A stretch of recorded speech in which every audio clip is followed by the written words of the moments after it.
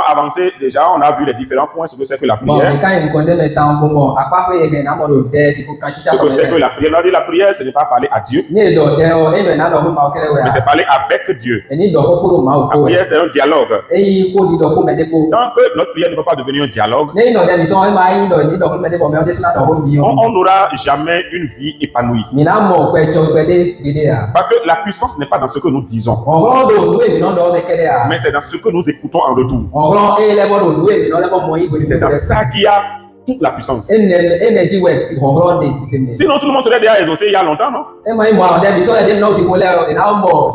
Regardez le nombre de personnes qui prient tous les jours. Ils pleurent, ils tombent, se roulent par terre, ils font toutes sortes de choses. Mais toujours est-il que quand ils se lèvent, le problème est toujours là. Pourquoi? Parce qu'ils n'ont pas découvert la dimension écoute de Dieu. Sinon, ce n'est pas la prière, c'est parler. Je peux te parler simplement. Mais à partir du moment où je te parle et que tu me parles, c'est un dialogue. Mais quand c'est une entité spirituelle, on est en train de tenir ce dialogue. Là, on parle de prière. Je ne peux pas parler à mon frère et dire que je suis en train de prier. On est en train de dialoguer. Et même dans ce dialogue-là, si je viens à lui, que je lui parle, et dès qu'il veut me répondre, je m'en vais. Ça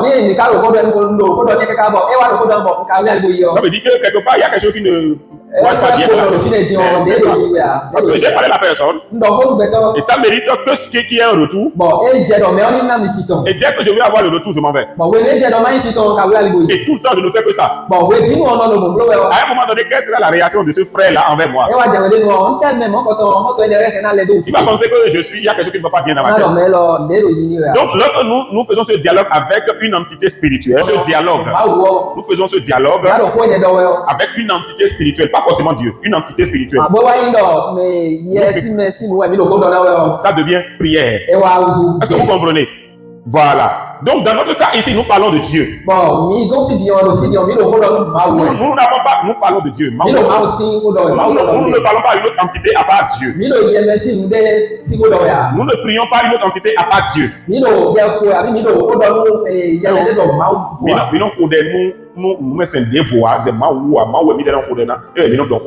Voilà, c'est à part Dieu, nous parlons à une autre entité. On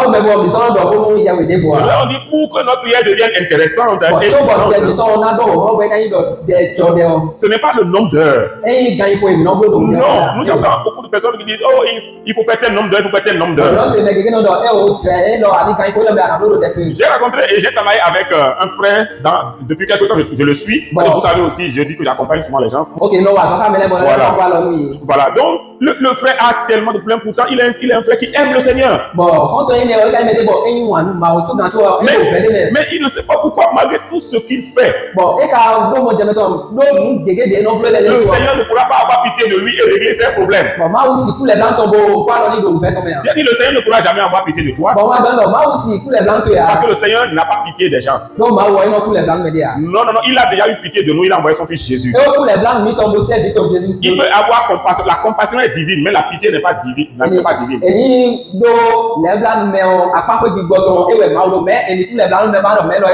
dit, c'est à toi de savoir ce que tu dois faire. Et il a commencé par me raconter combien d'heures il prie par jour, combien de jeûnes il fait par jour, il fait par semaine. Je lui ai posé la question. Tout ce que tu fais est bien, n'est-ce pas? Mais pourquoi il n'y a toujours pas la solution? Il dit, c'est ça, lui-même n'a pas compris. J'ai dit, c'est parce que tu n'as pas encore découvert la dimension Père de ton Dieu.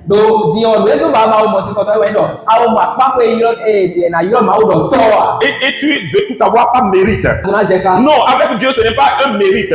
Le fait de chercher à avoir des choses par mérite, ça va créer des chrétiens suffisants. C'est celui qui prie plus. Puis quand tu pries moins, tu ne vas pas mériter. Quand tu jeûnes beaucoup, tu auras. Quand tu jeûnes moins, tu auras moins. J'ai dit non. Quand Jésus était en train d'aller dans le désert, la Bible dit conduit par l'esprit. L'esprit peut te conduire à aller faire, à entrer dans un temps de jeûne et prière. L'esprit peut te conduire à passer 10 heures de prière dans la présence de Dieu. Mais la Bible ne nous a pas donné un nombre d'heures où on doit prier pour être exaucé. La prière, c'est une relation. Un seul mot que Dieu va te dire peut transformer toute la situation. Voilà pourquoi c'est ça qu'il faut guetter. Ce n'est pas le nombre d'heures qu'il faut guetter. La voix de Dieu peut venir à toi 1 heure de temps après. Ça peut venir 2 heures de temps après. Ça peut venir 3 heures de temps après. Comme ça peut venir 5 minutes après. Amen. Amen. C'est important, frères et sœurs. Et je lui ai dit, mon frère. Je lui ai dit, mon frère. Il faut savoir ceci. Si tu penses que tu ne vas pas dormir, tu ne vas pas bien manger, mais que tu seras en train de jeûner et prier pour avoir des choses, donc ce n'est pas encore pour demain tu auras les ossements. La vie est divisée en 3 phases. Un tiers de notre vie a dormi. Un autre tiers pour travailler. Et l'autre tiers pour les relations. C'est-à-dire pour la famille, l'église, les amis, et dans tout ça, à chaque étape, la Bible dit prier sans cesse. Prier sans cesse, ça veut dire quoi? Est-ce que c'est être en train de prier du matin jusqu'au soir? C'est un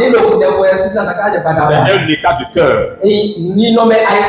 Lorsque tu es là, tu m'écoutes dans un esprit de prière, n'est-ce pas? C'est ça. Amen.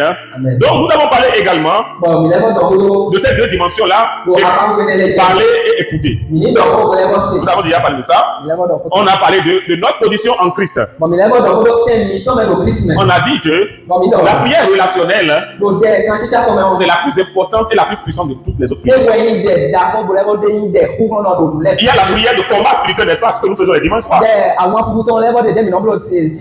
Mais toutes les autres formes de prière prennent leurs racines dans la prière relationnelle. Quand il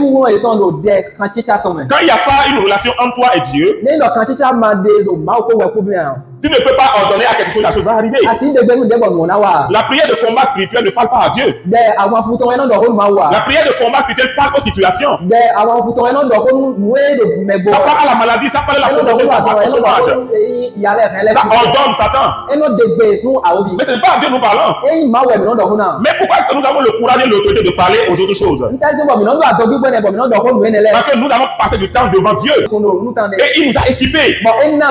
Et c'est ça qui fait notre force. Quand un policier est habillé, personne ne peut le regarder en face, n'est-ce pas? Tout le monde l'obéit. Même ceux qui sont plus forts que lui physiquement. Pourquoi? Parce que derrière lui, il y a tout un pays. Il y a tout un pays qui est derrière lui. Il y a une autorité qui est derrière lui. Et c'est au nom de cette autorité qui dit au plus fort, arrête-toi, il va s'arrêter. N'est-ce pas? Mais s'il enlève cette autorité-là, et il vient se placer au même endroit, où il ordonne aux gens, arrête-toi. Certains, les peureux vont s'arrêter, n'est-ce pas? Mais ceux qui sont plus forts que lui vont dire, toi tu es qui pour me dire de s'arrêter? Il va dire, je suis policier, on s'en fout de ça. Pourquoi? Parce qu'il n'a pas sur lui l'autorité du pays. Et ce qui fait de lui, ce qui démontre son autorité, c'est l'habit qu'il porte. N'est-ce pas? C'est l'habit qu'il porte. Voilà pourquoi Dieu nous a mis en Christ. Donc Christ est notre habit que nous portons. Dès que nous portons cet habit-là, lorsque nous sommes en face des démons, nous sommes en face de Satan, on peut ordonner. Mais lorsque nous sommes en dehors de Christ, Satan peut nous malmener comme il veut. Voilà pourquoi la Bible dit que Dieu nous a fait asseoir en Jésus-Christ. Dans les lieux célestes, au-dessus de toutes les dominations. Dit au-dessus de toute domination, de toute autorité, de toute puissance. Voilà le mystère qui est dans le fait d'être en Christ. Quand tu es en lui, tu es revêtu d'une autorité. Et quand on te voit, on voit le symbole de l'autorité de Christ sur toi. Mais quand tu n'as pas cette intimité avec le Seigneur, et que tu te présentes pour dire que je veux faire des prières de combat spirituel, Satan va te prendre avec son doigt comme ça et fait de toi ce qu'il veut. Voilà pourquoi il y a beaucoup qui prient. Ils partent pour tous les lieux de prière, mais rien ne change. Parce que là-bas, c'est une seule personne qui va devant Dieu, qui passe beaucoup de temps là-bas. Et quand il sort maintenant, il vient faire des choses à la place de tout le monde. Et les autres sont là en le suivant, lui seul. Eux-mêmes, ils sont engagés en rien. Et dès qu'ils quittent là, le même démon les attend au dehors et continue par les malmener. Donc ils ont besoin à tout moment de trouver cette personne-là qui connaît tout et qui fait tout à leur place. Et c'est ce que Dieu ne veut pas. Sinon c'était ainsi dans l'ancienne alliance. C'est Moïse qui faisait tout. C'est ceux qui dirigeaient le peuple qui faisaient tout. Tous ceux qui conduisaient le peuple, c'est eux qui faisaient tout. C'est Moïse qui va devant Dieu. C'est Moïse qui connaît Dieu. C'est lui qui prie. C'est à lui que Dieu parle. Et c'est lui qui vient pour faire tout à la place de tout le monde. C'est lui qui vient pour dire tout ce que Dieu a dit à tout le monde. Après, c'est les souverains sacrificateurs. C'est eux qui rencontrent Dieu. Et un jour, Dieu a dit à Moïse, je veux parler avec mon peuple. Sanctifie-les et approche-les de moi. Je vais descendre sur la montagne et leur parler directement. Moïse est venu voir le peuple. Il dit, Dieu que je vais rencontrer là. Il a demandé à vous rencontrer vous-même. Et parler directement, vous allez entendre sa voix. Comme moi, j'entends sa voix. Qu'est-ce que le peuple a dit? Le peuple a dit, nous ne voulons pas entendre sa voix. Nous ne voulons pas le voir ni le connaître. Ce qu'il a à nous dire là, qu'il te dise à toi, et tu viendras nous dire. Parce que nous avons peur de lui. De peur qu'il nous parle et qu'on meurt, nous tous, en entendant sa voix. Donc c'est la relation qui existait avec le peuple ancien et Dieu ça. Ils ont peur de Dieu. Ils eux-mêmes ne veulent pas entendre Dieu. Et c'est la même chose que nous reproduisons encore aujourd'hui. On montre aux gens que pour entendre Dieu, il faut un prophète. Donc tout ce que Dieu a dit à te dire toi, il faut qu'il trouve un prophète d'abord. Sinon il ne pourra pas te parler. Est-ce que c'est comme ça que ça continue aujourd'hui? Ce n'est pas comme ça que ça continue aujourd'hui. Si c'est comme ça que ça doit continuer. Si le peuple est 1000 et que Dieu doit parler à chaque personne, pas le prophète, à combien de personnes il peut parler par jour? Impossible. Vous voyez? Donc nous sommes en train de parler de la méditation. Écoutez Dieu par la méditation. Nous avons déjà parlé de ça. Nous avons dit que Dieu parle au travers de sa parole. Il parle au travers de son esprit. La Bible dit tous ceux qui sont enfants de Dieu sont conduits par l'esprit de Dieu. Tous ceux qui sont enfants de Dieu sont conduits par l'esprit de Dieu. La question à se poser c'est quoi? Est-ce que je suis enfant de Dieu? Si je suis enfant de Dieu, est-ce que je suis conduit par l'Esprit de Dieu? Est-ce que j'arrive à écouter, entendre l'Esprit de Dieu? Si je n'écoute pas, si je n'arrive pas à entendre Dieu me parler, qu'est-ce qui ne va pas alors? Qu'est-ce que je dois faire? Je crois qu'on va parler un de ces jours de comment entendre Dieu. Écoutez Dieu. Il n'y a personne qui soit enfant de Dieu à qui Dieu ne parle pas. Il n'y en a pas. Il n'y a personne qui est enfant de Dieu à qui Dieu ne parle pas. Dieu parle à tout le monde. C'est juste que nous ne savons pas comment Dieu parle. Je crois que le temps va venir lors des mercredis soirs où on va parler de cela. Donc on a parlé de la méditation, comment écouter la parole de Dieu. La Bible dit l'homme ne vivra pas seulement du pain, mais de toute parole qui sort de la bouche de Dieu.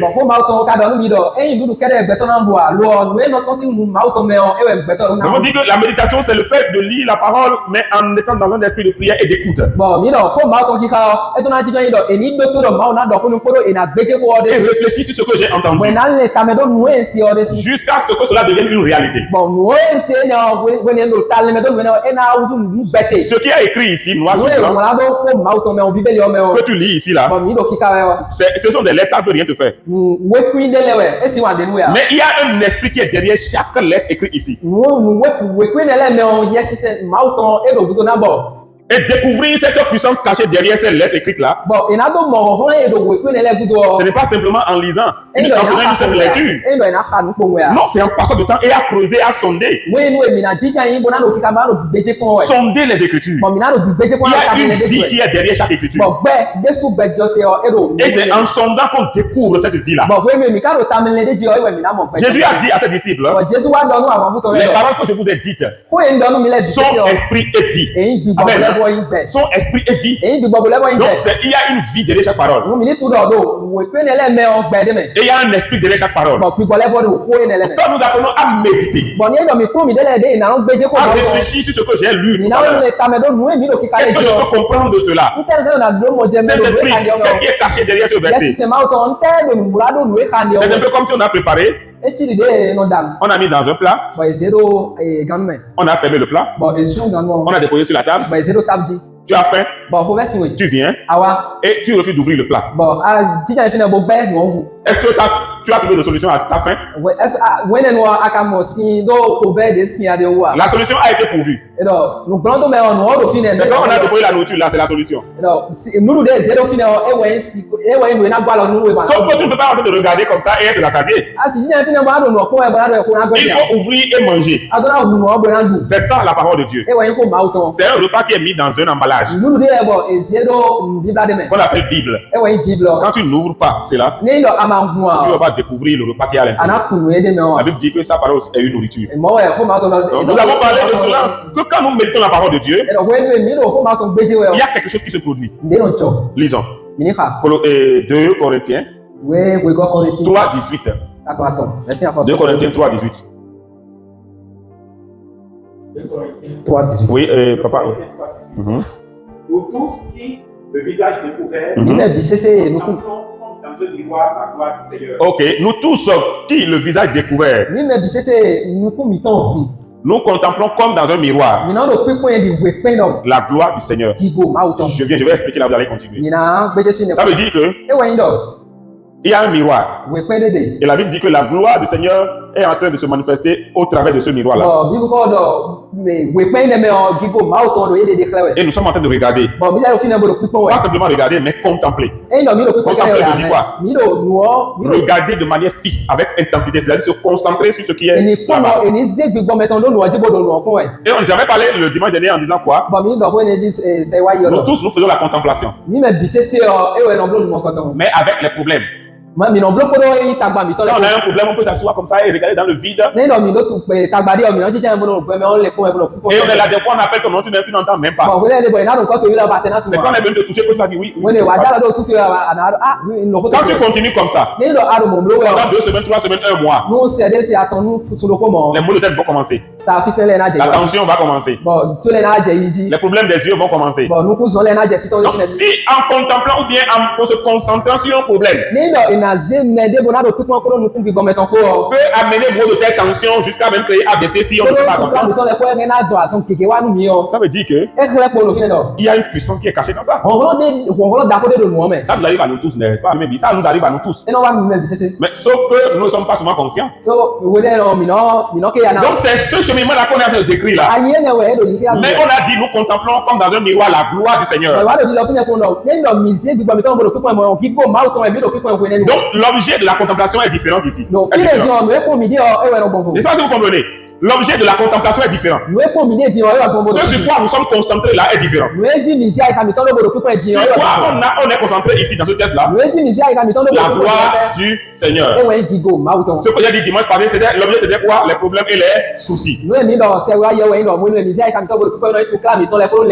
cela produit quoi? Les maux de tête, les maux d'yeux, les maux de tension, ainsi de suite. Mais ici on dit que nous tous le visage découvert. Avant le visage était couvert. Ça veut dire qu'avant le visage était couvert. C'était couvert. Moïse était descendu de la présence de Dieu. Personne ne pouvait le regarder. Il a couvert son visage. Ça veut dire qu'avant on n'avait pas cette possibilité de voir la gloire de Dieu. Moïse dit, Seigneur, fais-moi voir ta gloire. Et Dieu dit, tu ne peux pas voir ma gloire et vivre, n'est-ce pas? Mais à quel moment toi tu as prié pour dire, Seigneur, fais-moi voir ta gloire? Et on te dit, c'est le Seigneur même qui te propose sa gloire. Dit, viens contempler maintenant. Nous avons toutes les opportunités que Dieu a mis à notre disposition. Moïse a prié, dit, Seigneur, fais-moi voir ta gloire. David dit, Moïse dit, Seigneur, fais-moi contempler ta gloire. Mais Dieu dit, tu ne peux pas voir ma face et vivre. Moïse dit, fais-moi voir ta gloire. Et le Seigneur répond en disant, personne ne peut voir ma face. Ça veut dire que quand nous parlons de la gloire de Dieu, nous parlons de la face de Dieu. Amen. Nous parlons de la face de Dieu. Regardez Dieu en face. C'est une gloire. Amen. Et il nous a donné ce privilège de venir pour contempler. C'est là il dit venez. Le voile que Moïse avait mis. Le Seigneur lui a montré simplement son dos. Il dit je vais passer, tu vas voir mon dos. Et Moïse est descendu, personne ne peut regarder sa face. Ça, mais je vais vous dire quelque chose. Hein. Lorsque vous passez du temps dans la présence de Dieu, quand vous quittez la présence de Dieu, et que vous apparaissez dans la vie quotidienne, vous dégagez une telle gloire, une telle puissance, que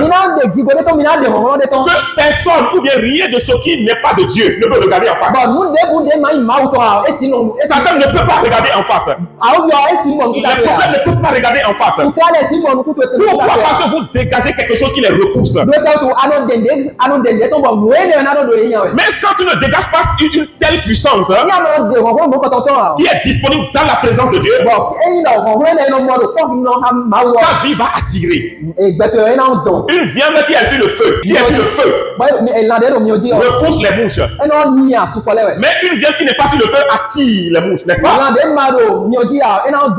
Donc il dit, nous tous, le visage découvert, c'est-à-dire le voile qu'on avait là, et que nous ne pouvons pas voir la gloire de Dieu, nous ne pouvons pas voir la face de Dieu, ce voile a été enlevé. C'est pourquoi on dit le visage découvert. Et Paul dit, c'est nous tous.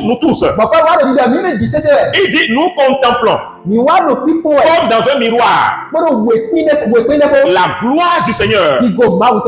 À continuer maintenant, papa. Nous sommes transformés en la même image de gloire en gloire, comme par le Seigneur. Vous voyez maintenant, nous sommes transformés. Alléluia. Nous sommes transformés en la même image. En la même image. Donc, la même image de gloire en gloire. C'est-à-dire que ce que nous contemplons là, nous sommes transformés en la chose. Par quoi? Par le Saint-Esprit, le Seigneur. Amen. Alléluia. Ça veut dire que ce que nous contemplons là, nous sommes transformés en la même image. Voilà pourquoi, quand tu contemples les problèmes, quand tu te concentres sur les soucis de la vie, c'est un principe spirituel. C'est un principe spirituel. Ce n'est pas seulement valable pour la parole de Dieu, c'est pour toutes choses. Ce sur quoi tu te concentres, il mobilise ton attention. Tu seras transformé en la chose. Voilà pourquoi ceux qui se concentrent tellement sur les problèmes qu'ils ont, ils sont transformés en la même image. Les problèmes ont la puissance de créer tout ce qu'on appelle maladie. Et les soucis, les tensions, les maux de tête, ils sont transformés en ça. Parce que c'est le potentiel que les problèmes ont ça.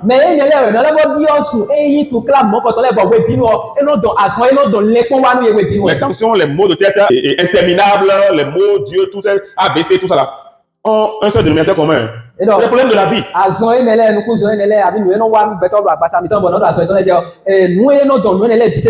problème de la vie, c'est les soucis de la vie.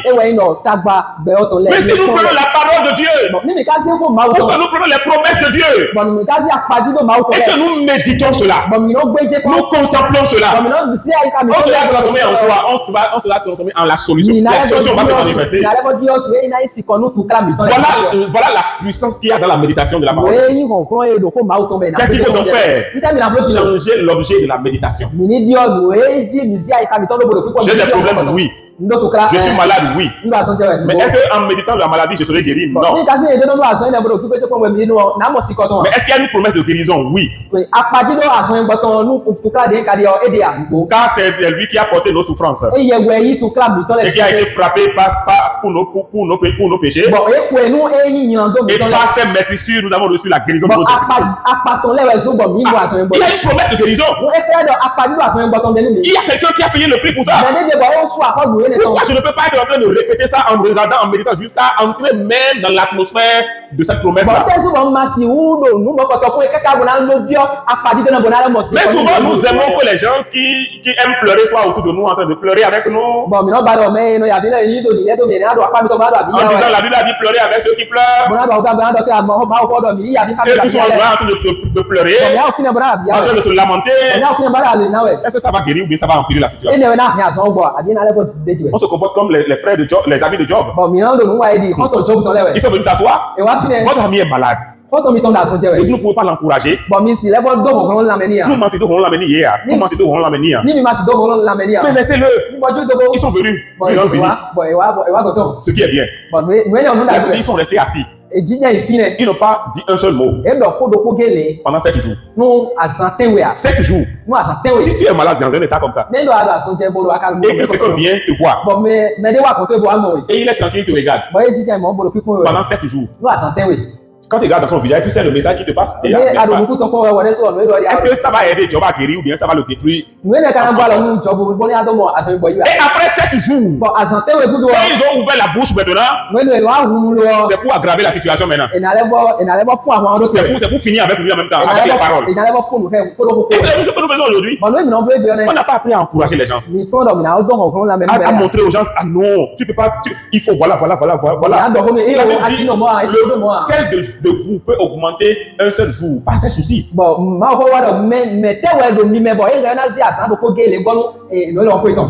la parole de Dieu. Saisissons les promesses de Dieu.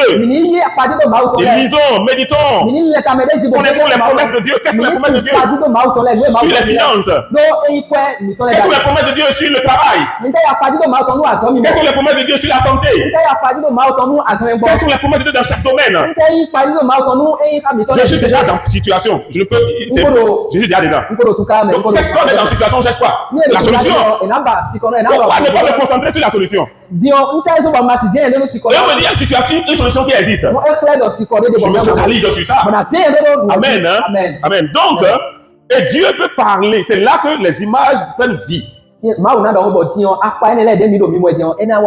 quelqu'un qui est en train de regarder dans le vide, en train de penser à quelque chose, au point où on l'appelle et il n'arrive pas à entendre, ça veut dire qu'il est dans une autre réalité vivante. C'est-à-dire ses soucis ont pris un corps. Mais quand nous faisons ça avec les choses de Dieu, les promesses prennent vie. Et plus nous contemplons, plus cela nous devenons. Amen.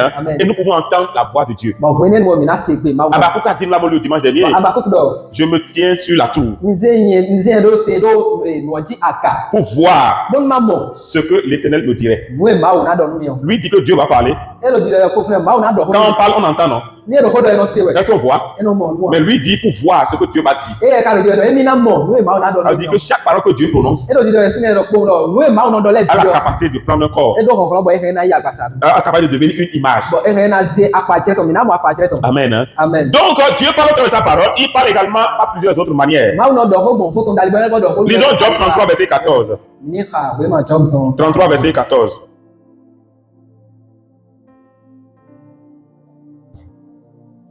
Job 33, 14. Oui.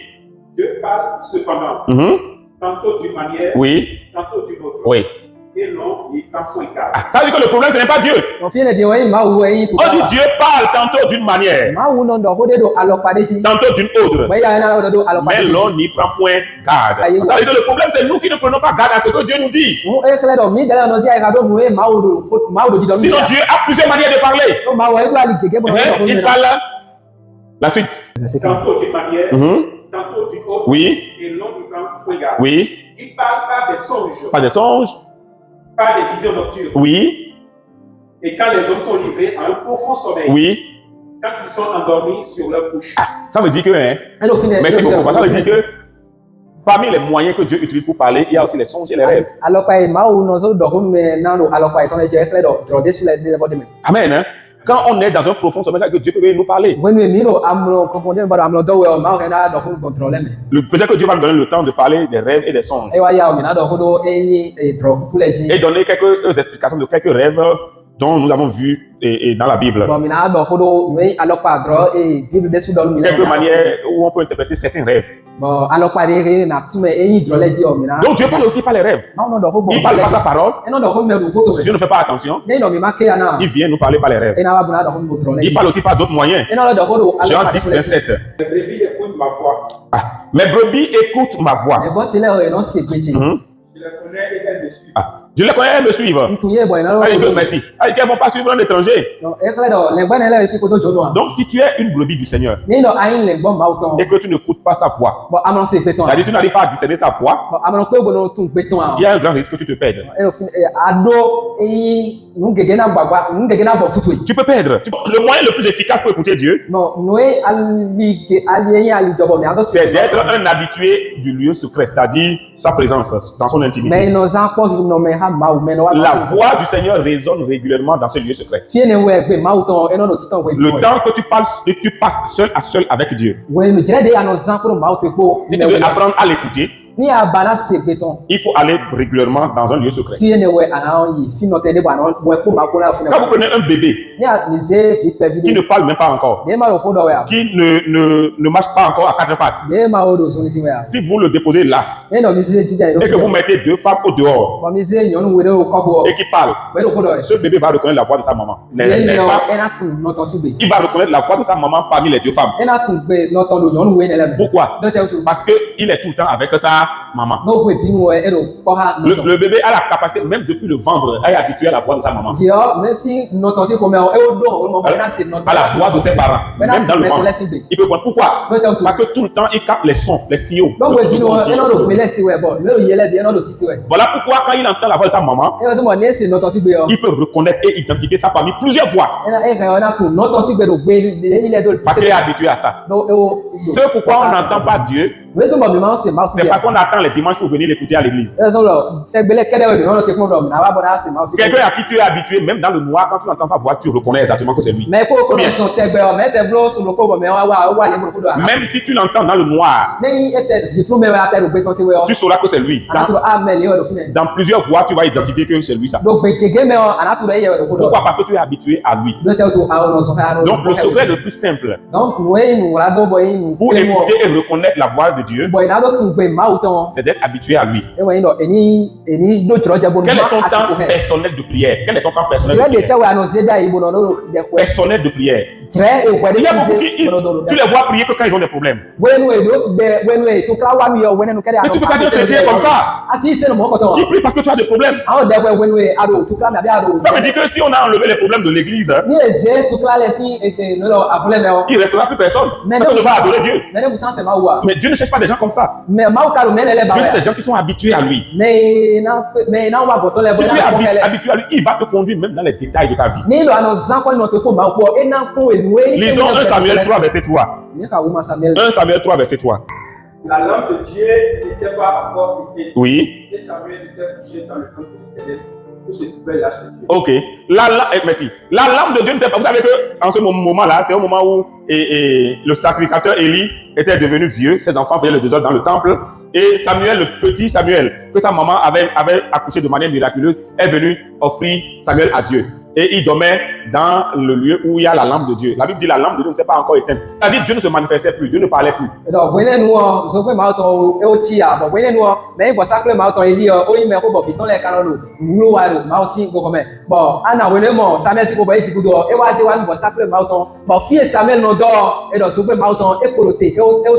veut dire quoi? À l'époque du sacrificateur Élie, Dieu ne parlait plus. Il n'y avait plus de prophètes. Il y avait la voix de Dieu se faisait très rare. Maintenant, Dieu cherchait une porte-parole. C'est dans ce contexte-là que Dieu a pourvu Samuel à Anne. Donc, dans ça, parce que Dieu ne parlait plus, même malgré ça, sa lampe n'était pas encore éteinte. Donc,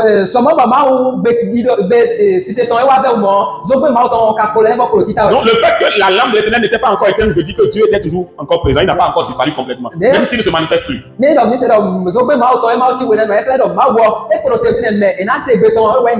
se manifeste plus. Mais il est toujours là. Même a dit quoi? Samuel était couché où? Où il se couchait où? Auprès de l'arche de Dieu. N'est-ce pas? L'arche de Dieu. L'arche de Dieu reste dans quelle partie dans le temple? Dans le tabernacle. Le lieu très saint. Là où Dieu descend régulièrement, n'est-ce pas? Samuel ne connaissait rien, lui il est venu dormir seulement. C'est là où il dort. Et pendant qu'il était là, quelque chose s'est passé. Il commence pas à entendre quelqu'un l'appeler.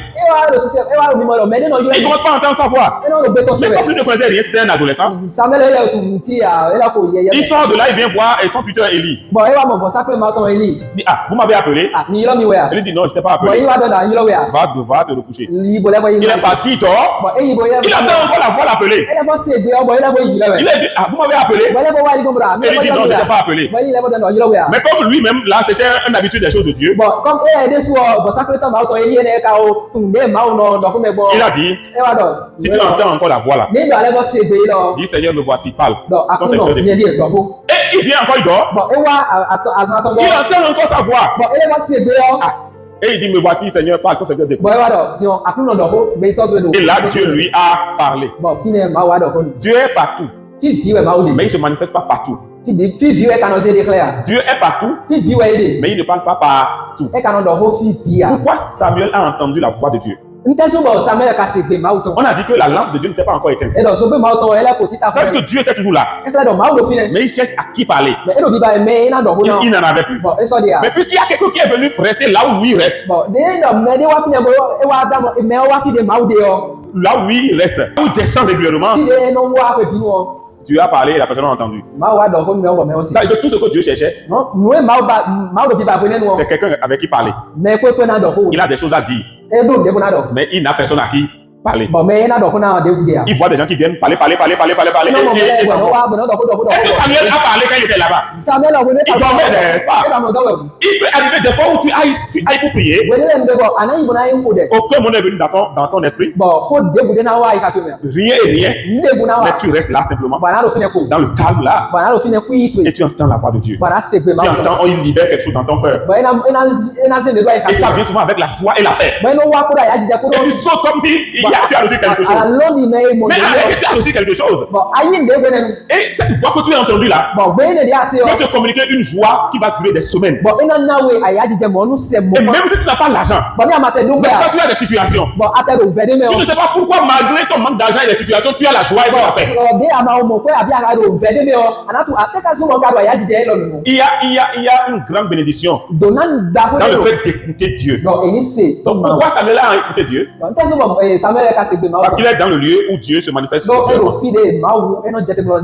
est partout, mais il ne parle pas partout, il ne se manifeste pas partout. Voilà pourquoi Jésus a dit dans le livre de Matthieu, quand tu veux prier, entre dans ta chambre, ferme ta porte, et là, prie. Ton Père qui est dans le lieu secret, il va écouter ta prière. Amen. Le lieu secret. C'est un endroit simplement que tu as décidé d'aller régulièrement pour prier. Ça peut être ta chambre à coucher, ça peut être dans ton salon, ça peut être très tôt le matin, pendant que tout le monde dort, ça peut être à n'importe quel moment, ça peut être même dans ta voiture. Tu sens le besoin, tu es là ce matin, tu sens le besoin de prier. Tu sens le besoin. Mais il y a du bruit autour de toi. Tu te retires seulement dans un coin. Tu es dans la présence de Dieu. Dans la présence de Dieu, on ne parle pas beaucoup, on écoute beaucoup. On écoute beaucoup. On a des chrétiens qui prient beaucoup. On a des chrétiens qui parlent beaucoup, mais qui écoutent très peu. C'est la raison pour laquelle il y a moins de résultats. Ce que Dieu a à nous dire dépasse ce que nous avons à lui dire. Mais nous pensons que comme nous avons 10 000 problèmes, il faut parler jusqu'à des Seigneur. Seigneur, pourquoi? Pourquoi Seigneur? Pourquoi Seigneur? Pourquoi Seigneur? Et continuer avec les pleurs. Dieu n'est pas dans les émotions. Dieu n'est pas dans les émotions. Non, c'est pas en pleurant que Dieu va travailler. Dieu a déjà travaillé. Et il va simplement te dire, puisque tu as passé du temps avec moi, je connais ce que tu as comme situation. Par rapport à ça, fais telle chose. Lève-toi, va à tel endroit. Et tu dis, mais pour faire quoi? Mais tu sens que la voix insiste, va à tel endroit. C'est parce que Dieu a déjà préparé quelque chose ou quelqu'un là-bas pour toi. Et tu vas simplement. Et c'est arrivé là-bas que tu te rends compte que mais c'est Dieu qui m'a envoyé ici. Amen. Que Dieu nous bénisse. Donc c'est comme ça, nous devons apprendre à écouter Dieu. Donc Dieu parle par sa parole. Il parle par les songes. Quand aussi on est dans le lieu secret en train de prier, il parle aussi. Il peut déposer une parole, un verset dans notre cœur, ou bien un chant dans notre cœur. Il parle aussi dans nos pensées, dans nos sentiments, dans nos impressions, les choses que nous ressentons. Moi, il y a plusieurs fois, quand je suis en train de prier, je suis en train de prêcher, après je rentre dans la prière, que en face de quelqu'un, ou comme ça seulement, je ne peux pas sentir un mal de tel violent.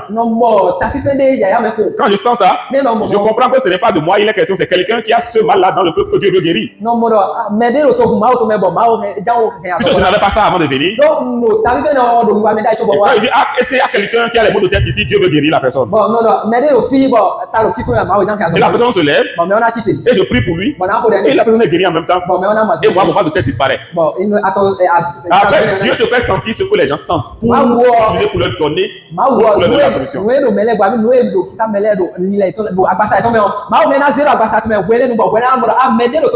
allons parler de tout ça peut-être une autre fois dans un enseignement.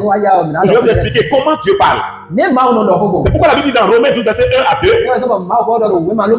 Oh frère, lisez-moi ça s'il vous plaît, le dernier verset. Romains 12, verset 1 et 2. Écoutez bien, je vous exhorte donc frère, par les compassions de Dieu, oui, à offrir vos corps comme un sacrifice vivant. Ok, offrir vos corps comme un sacrifice vivant. Mais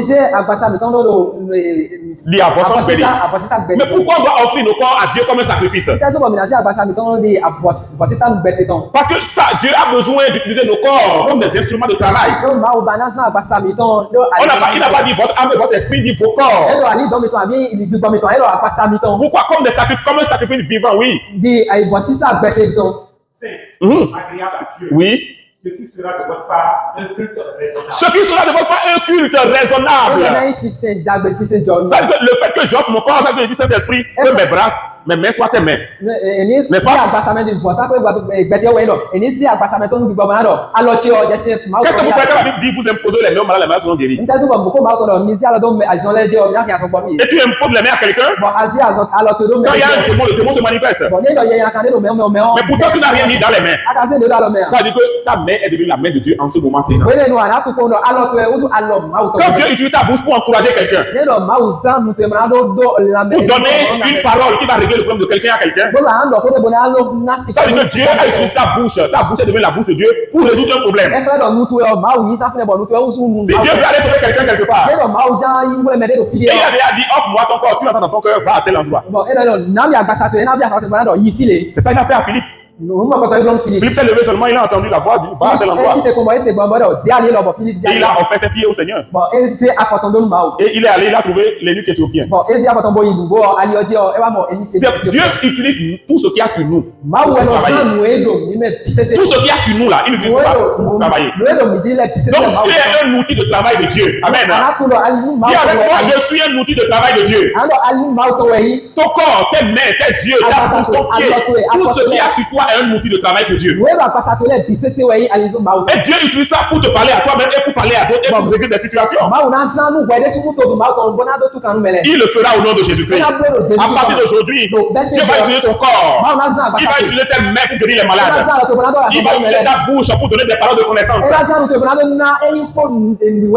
utiliser tes pieds pour sauver les âmes. Il va utiliser tes yeux pour regarder et pour délivrer beaucoup de personnes. Même ton nez, tes oreilles. Tu arrives à un endroit, tu sens une odeur. Tu peux facilement reconnaître la présence d'un démon à un endroit quand tu viens. Tu n'as pas besoin de te dire, oh mon fils, il y a un démon ici. Non. Quand tu viens à un endroit, quand il y a les démons qui opèrent dans l'environnement, tu peux savoir très facilement. Tu n'as pas besoin de prier. Tu n'as pas besoin d'entendre une voix audible. Non, Dieu parle à tout moment, frère. Quand il y a la présence du Saint-Esprit, quand c'est Dieu qui opère, tu sauras naturellement. Pourquoi? Parce que tout ce que tu es un outil de travail de Dieu. Amen. Nous allons parler de ça. Nous allons parler comment entendre Dieu, comment écouter Dieu. Et cela sera d'une grande bénédiction pour chacun de vous. Mais déjà, ce que je nous encourage à commencer par faire, ayons du temps à part où nous passons avec Dieu. Dieu est notre Père. Il est ton papa. Il n'est pas fâché contre toi. Dieu ne nous condamne pas. Quand tu penses que Dieu te condamne, la Bible dit, il n'y a donc maintenant aucune condamnation pour ceux qui sont en Jésus-Christ. Ceux qui nous condamnent, c'est notre conscience même. Et quand ta conscience ne te condamne plus, c'est que tu as une conscience morte. Quand ta conscience est morte, donc Dieu est ton Père. Quand tu fais quelque chose qui ne lui plaît pas, il peut te châtier, mais il ne te punira jamais en te jetant quelque part. Tu as déjà jeté ton enfant en enfer parce qu'il a commis une erreur. Et pourquoi tu penses que Dieu va le faire? Écoute Dieu, Dieu a envie que tu t'approches de lui. Tout ce qui t'éloigne de Dieu, enlève-le de ta tête et approche-toi de Dieu. Ton trône s'appelle le trône de grâce. Le trône physique. Le trône de Dieu s'appelle le trône de grâce. Tu peux aller là-bas et dire, papa, je suis venu passer du temps avec toi. Tu prends sa parole, tu ouvres, tu médites, tu lui dis ce qui est sur ton cœur. Tu as envie de pleurer, tu pleures. Tu as envie de te décharger, tu te te décharge. Tout ce que tu as dans ta tête, même les choses les plus stupides, tu vas les écouter. Et même les plus stupides, il va les écouter. Parce que là, tu es un fils et il y a un père. Un fils n'a pas honte devant son père. Un fils n'a pas peur devant son père. Un fils ne craint pas commettre des erreurs devant son père. Quand un fils commet une erreur, il sait que son père ne va pas le tuer, mais va le corriger. Un enfant peut avoir honte devant les gens du dehors. Devant les gens du dehors. Mais devant son père, il n'a pas honte. Il sait que son père le connaît tel qu'il est. Il accepte tel qu'il est. Et l'aide à changer. Ça ne va pas faire que le père va le priver de tout. Non, jamais. Apprends à t'approcher du père. Reste là dans sa présence. Passe du temps là. Dis comment je suis venu te voir. Ta présence me fait du bien. Je ne peux pas avancer dans le monde sans ta présence. Si je me coupe de ta présence, j'ai signé mon arrêté de mort. Voilà le problème, les défis auxquels je fais face dans la vie. Le défi de maladie, le défi de manque, le défi de chômage, le défi de mariage. Papa, comment je vais faire? Je suis embrouillé. Je suis confus. Je sais que tu es ma solution. Tu es mon espoir. Notre frère Jésus a tout fait. Mais je suis confus. Tu confesses ta faiblesse. Tu confesses ta faiblesse. Et après, tu restes là. Tu restes juste là, dans sa présence. Pour entendre s'il va te dire quelque chose. Ou tu prends la parole de Dieu. Tu peux étudier un thème comme la foi. Peut-être que c'est ta foi qui est en train de faiblir. Tu prends la foi, tu étudies ce thème-là. Plus tu le fais, plus tu vas voir que le Seigneur va commencer par te parler. Tu vas pouvoir entendre clairement la voix de Dieu. Baisse ta tête et dis, Seigneur, aide-moi à retrouver mon temps de prière, mon temps d'intimité que j'ai perdu. Je ne veux pas être un chrétien qui vient écouter la parole de Dieu que les dimanches. Dieu n'est pas un Dieu de dimanche. Dieu est un Dieu de dimanche. Il est un Dieu de lundi, de mardi, de mercredi, de jeudi, de vendredi, de samedi. Il est un Dieu de tous les jours. Il parle à tout moment dans notre cœur. Même au-delà, il peut utiliser notre corps. Voilà pourquoi il dit offrez vos corps. Il faut offrir le corps. C'est comme un culte quand vous m'offrez votre corps. Parce que j'en ai besoin.